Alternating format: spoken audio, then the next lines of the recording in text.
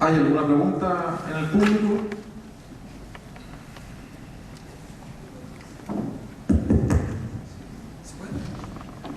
Hola, buenas tardes. Yo creo que podría plantear una pregunta. Sin embargo, vale la pena hacer una aclaración inicial. No tengo absolutamente nada que ver con arquitectura. Soy estudiante de quinto año de psicología y de alguna forma el título es lo que me tiene en este momento frente a ustedes, escuchándolo más bien. Y frente a eso, habiendo hecho esa aclaración, quisiera plantear 3 puntos en el que voy a tratar de desarrollar de manera sucinta un poco el comentario. Quisiera hacer una observación, luego una crítica y luego una pregunta, de la que esperaría que no haya respuestas en realidad, o que al menos se vayan elaborando. No sé quién hacer la pregunta finalmente, porque proponen que sean las 3 personas que presentaron y si alguien se anima a contestarlo, yo feliz. Primero, hacer una observación sobre el título. Si nosotros nos acercamos al título, que es inicialmente lo que se supone invita, nos convoca, de alguna manera, es la arquitectura para la educación. Y en realidad las palabras nos invitan a pensarla de distinta manera. 2 formas posibles de pensarla es qué significa la educación para la arquitectura o qué hace la arquitectura por la educación. Entiendo que don Humberto hacía un análisis inicial acerca de la arquitectura, o más bien la educación de la arquitectura, cómo se educa la arquitectura, cómo se traspasan los conocimientos de los profesores a los estudiantes y qué sé yo, que es una lectura bastante sensata, en realidad no podría estar en menos que acuerdo. La otra opción, y es de ahí de donde quiero partir, es qué hace la arquitectura por la educación. Una lectura posible es que la arquitectura en realidad no hace nada, en realidad no hace nada por nadie. Y lo voy a plantear en este término. La gran mayoría de las propuestas que se vieron aquí eran propuestas que tenían un sentido absolutamente social. Y alguien podría decir, uy, que rescatable. Sin embargo, en ningún momento me pareció haber escuchado algo que en psicología, al menos, y no quiero que esto se vea como un problema, no sé, de carácter ontológico, tal vez, yo sé que son disciplinas distintas. Pero en ningún momento alguien mencionó la idea mínima de al menos acercarse a estas personas, a estos grupos sociales y decir, ¿qué es lo que hace falta? ¿Cómo es que podríamos hacer algo para ustedes? No lo escuché de ninguno, y esa es la crítica. Creo que la crítica se desprende en términos generales, y podríamos tal vez universalizarlo un poco, respecto de que el arquitecto, o la arquitectura, al menos yo desde mi posición completamente ignorante, tengo respecto a la arquitectura, y es que es una especie de ciencia técnica en sí misma, cerrada sobre sí misma. Pareciera que no hay más allá que un onanismo arquitectónico respecto de quienes lo ejercen. No sé, yo sé que hay muchos arquitectos y estudiantes de arquitectura que probablemente me quieran dar con un palo. Y yo creo que igual lo haría. Entonces esa es la crítica, por así decirlo. Y luego la pregunta cae de cajón. Finalmente, ¿qué hace la arquitectura por el valor del espacio público? El valor, por ejemplo, en la educación, que es la primera observación que hacía yo. ¿Qué hace la arquitectura por la educación? Considerando que la educación es un espacio político donde se establecen relaciones sociales. Y don Cristian, delante hacía un comentario, a mí me pareció notable, decía, bueno, los mexicanos hacen una especie de rectángulo central que dijo algo así, eso como muy elemental, algo como básico. Y si lo planteamos como algo básico, pareciera que el espacio de reunión para los arquitectos está absolutamente definido desde el inicio. El espacio de reunión social es un rectángulo frente a 4 paredes. Si es tan elemental, mi pregunta les cae a todos, supongo.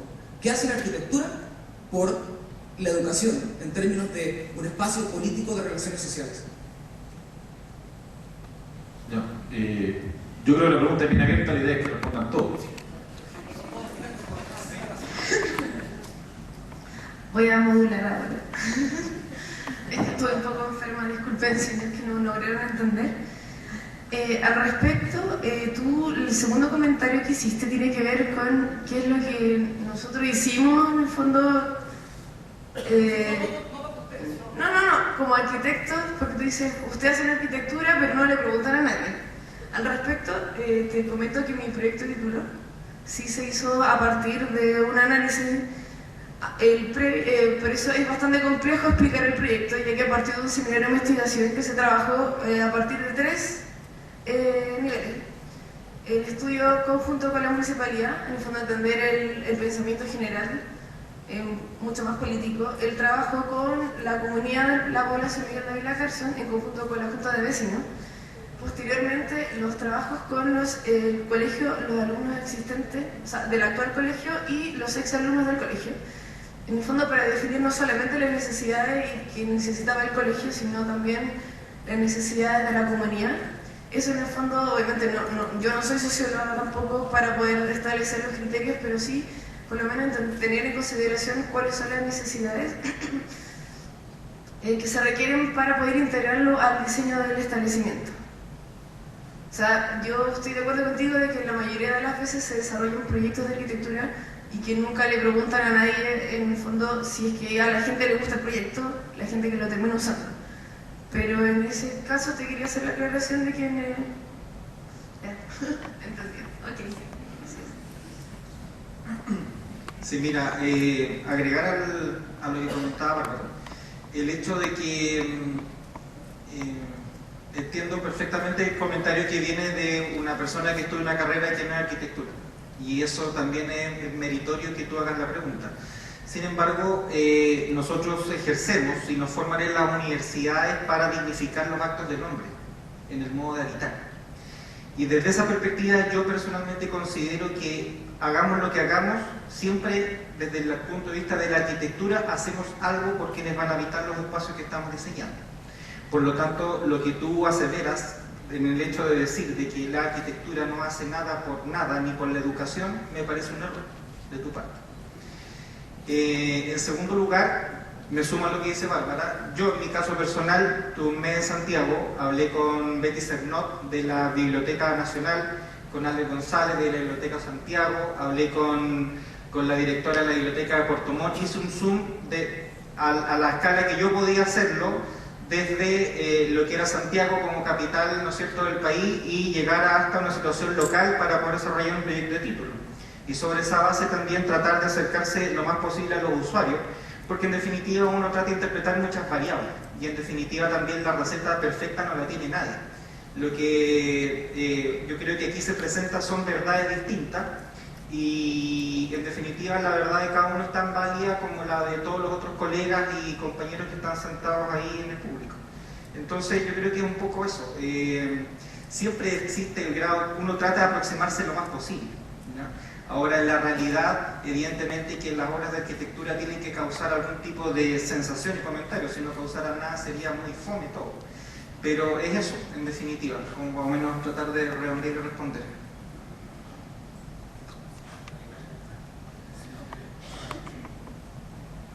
No sé qué más dicho. Entonces, pasamos a la siguiente pregunta.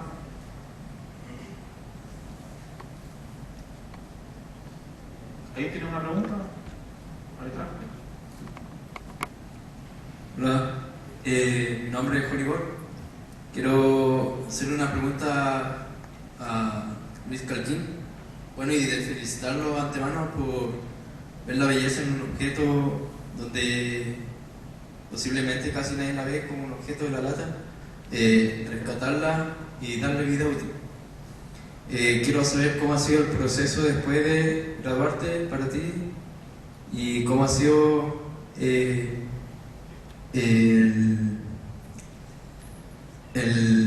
modo de pensar de la gente sobre tu trabajo.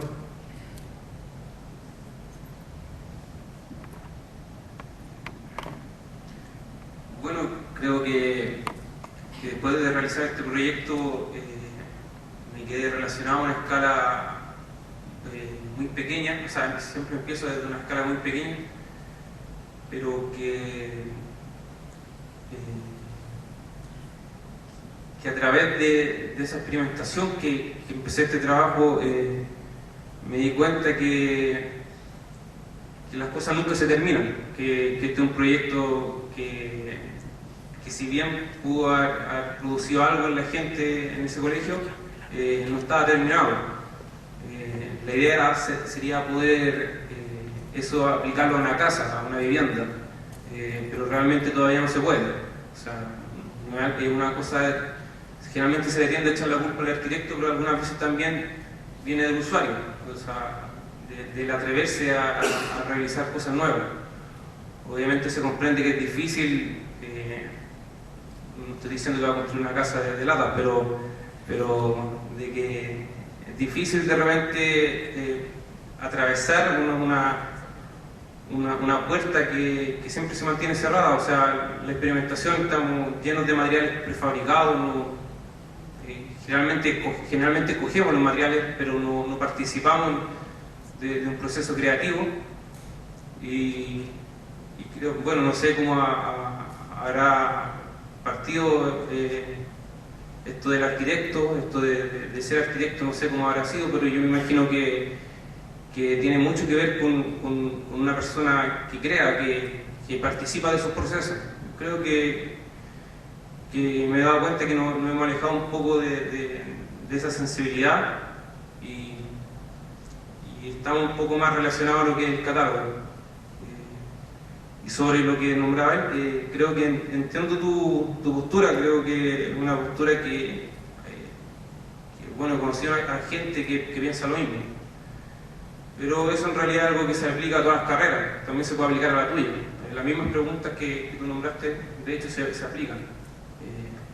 Creo que las carreras se están alejando de un contacto físico, un contacto más real, y que es un problema que sin duda yo creo que en parte se abarcó en todos los proyectos que presentaron acá. Hay un estudio de la gente, hay un estudio del entorno, y creo que es un tema que hay que ir manejando, ¿no? Que yo creo que se tiene presente de que está, pero se tiene que trabajar, seguir trabajando.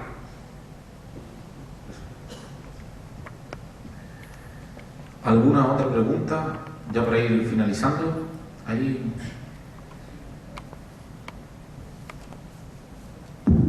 Ahí sí. Un poco también como estudiante de arquitectura, para responder lo que comentó nuestro amigo de psicología. La arquitectura se hace a partir de la observación. O sea, uno no va y encuesta a la persona, al cliente que te manda a hacer una casa. O sea, el labor del arquitecto, yo creo, propiamente tal, es la capacidad de observación. Creo que Le Corbusier no fue y le preguntó a alguien, oye, ¿cómo quieres tu silla? O sea, a través de la observación impresionante que tiene el arquitecto a través del tiempo, logra desarrollar un elemento que viene a solucionar una carencia, que viene a ayudar efectivamente socialmente, digamos, o sea, viene a ayudar, digamos, a la sociedad, ¿cierto? Bueno, después felicitar a Luis Calquín, me hizo recuerdo a un documental, a Garbage Warrior, de Meg Reynolds, ¿cierto? En donde se trabaja con basura y efectivamente, siendo un elemento que la sociedad ve como chatarra, se saca provecho de este. Y finalmente, mi pregunta es para Francisco Duarte, que me hace mucha razón, ¿cierto? Que nosotros, estando en la escuela de fin de mundo, vemos tu proyecto tan contemporáneo y tan modernista en una ciudad como Puerto Montt.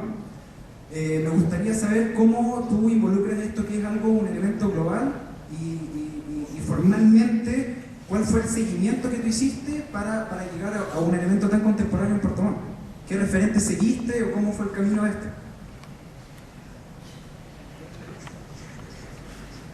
Podríamos haberlo conversado antes y así yo me hubiese evitado. Es mi hermano, en el fondo. Es mi hermano. Podríamos haberlo hablado en la casa y a mí me habría ahorrado responder. La verdad es que fue bien complejo el proceso después de llegar a un corte con el tema del análisis y ya moler y recabar toda la información posible, teniendo eso como menos arrullado. Ver a qué te atienes tú para hacer el diseño del proyecto. Porque si bien es cierto existía la idea como una idea de muy partido general, el punto era a qué arquitectura tú te aferras. Entonces, la verdad de las cosas que yo en lo personal, y fue la postura que se tomó, no me bastó ir muy lejos para lograr encontrar, la verdad, como referente un arquitecto local que, habiendo desarrollado arquitectura hace muchos años atrás, hoy en día su arquitectura tenga un alto grado de vigencia, y es Néstor Holzhausen. Entonces, la verdad las cosas que viendo un poco su arquitectura y entendiendo el tema como volumétrico que él desarrolla, el tema de la continuidad de la cubierta con el muro, elementos bastante simples de encuentros que son de fácil lectura, en definitiva termina siendo esa la línea. No me bastó buscar en internet y irme a un arquitecto europeo, porque me parecía que si estaba dando respuesta a una problemática local tenía que buscar también una referencia local y de algún modo humildemente tratar de reinterpretarla y llevarla a mayor escala por medio del desarrollo de la biblioteca. En definitiva, ese es el seguimiento que se hace. No me parecía adecuado buscar por fuera cuando también acá hay muy bueno y es digno de rescatar. Entonces pasó por ahí. Y había otra pregunta ahí.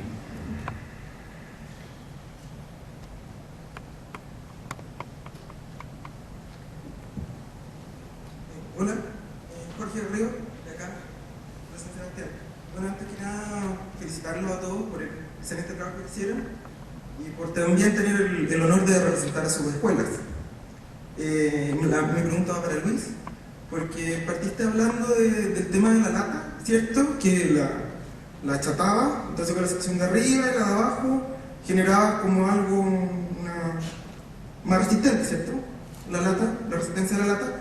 Entonces pensé que iba a llegar a un resultado en el que la estructura final iba a ser como autosoportante, pero finalmente había otro elemento que era la estructura y la lata terminaba generando sombra. Entonces ahí como que no lo entiendo, porque en el fondo podría haber utilizado cualquier otro elemento de desecho, ya no sé, un Tetra Pak, que iba a ser más liviano y que iba a generar más sombra incluso. Bueno, primero que nada, esa de la lata y la rigidez es una de muchas observaciones. De hecho, la lata fue uno de muchos materiales que se trabajaron, pero tú tienes que trenzar. Cuando trabajas en algo tienes que dejar de lado ciertas cosas y continuar con otras. En este caso continué yo con el material que me pareció que podía resistir más tiempo, por así decirlo, podía alejarme, como dije, la presentación de lo efímero. En cuanto a si este elemento, esta piel, esta topología podía ser autosoportante, no sé.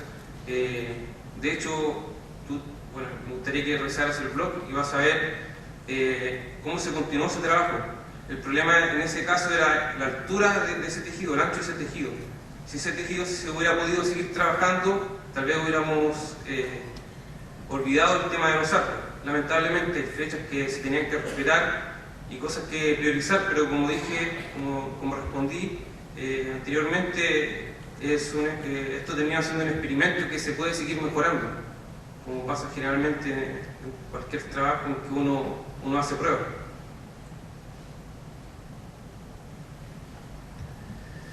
Bueno, entonces con esta última intervención queremos dar...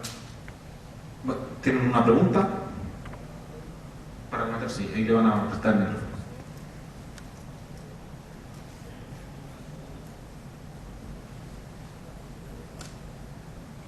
No, dos comentarios para cerrar, ¿no? Uno es comentar lo que dijo Cristian Bozo respecto al término innovación. Yo efectivamente me refería a la innovación en términos más amplios, no los elementos arquitectónicos, probablemente los dos proyectos.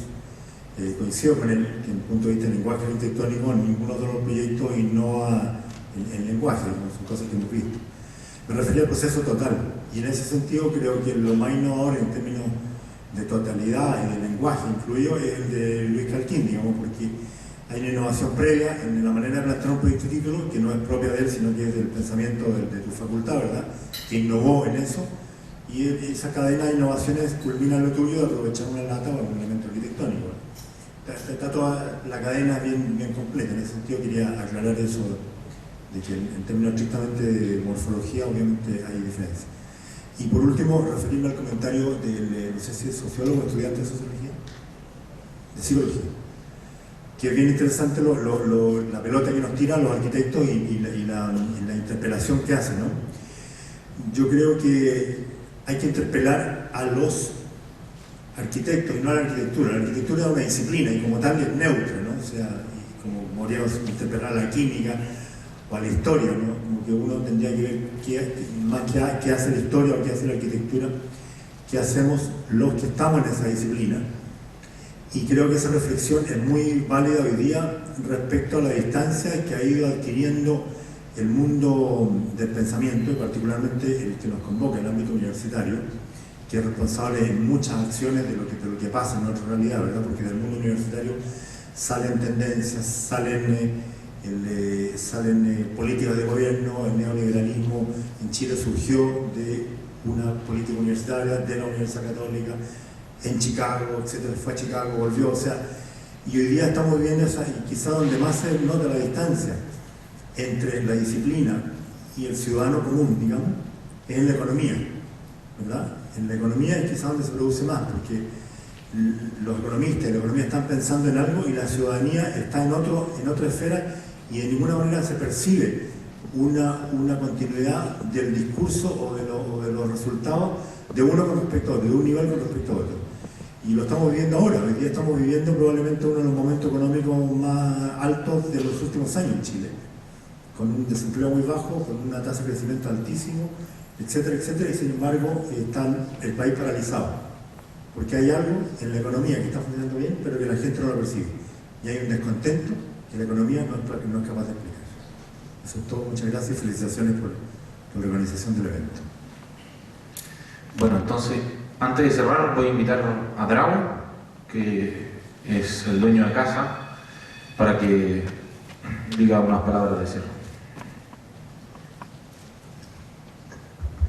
Felipe, bueno, muchas gracias. La verdad que son palabras súper simples y sintéticas. Quiero principalmente agradecer a quienes han tenido la gentileza de venir a presentar sus proyectos, a quienes los felicito también por el gran nivel, a nuestros invitados, que bueno, uno es de la casa, a nuestro decano y al vicedecano de la Universidad de Chile también, a los organizadores, Felipe y Fernando como representantes de este grupo. Y agradecerle a todos ustedes que hayan venido. La verdad que para nosotros como escuela es súper importante poder tener este tipo de eventos para de hecho evitar parte de la crítica que nos hizo nuestro amigo psicólogo, de alguna manera permear nuestros muros y empezar a tener, o sea, seguir creciendo en cuanto a tener mucho más diálogo de adentro hacia afuera y de afuera hacia adentro, ¿no? Y con eso, la verdad que agradecerle a todos por venir. Hoy día fue un día complicado, estamos con un paro importante en Chile y de hecho, un aviso, todavía hay manifestaciones en el centro, así que por favor, cuando se vayan a su casa, traten de bypassear el centro, está un poco complicado, así que por favor, que lo hagan con cuidado porque ya está un poco tarde y siguen las manifestaciones. Y nada más que muchas gracias y nos vemos pronto.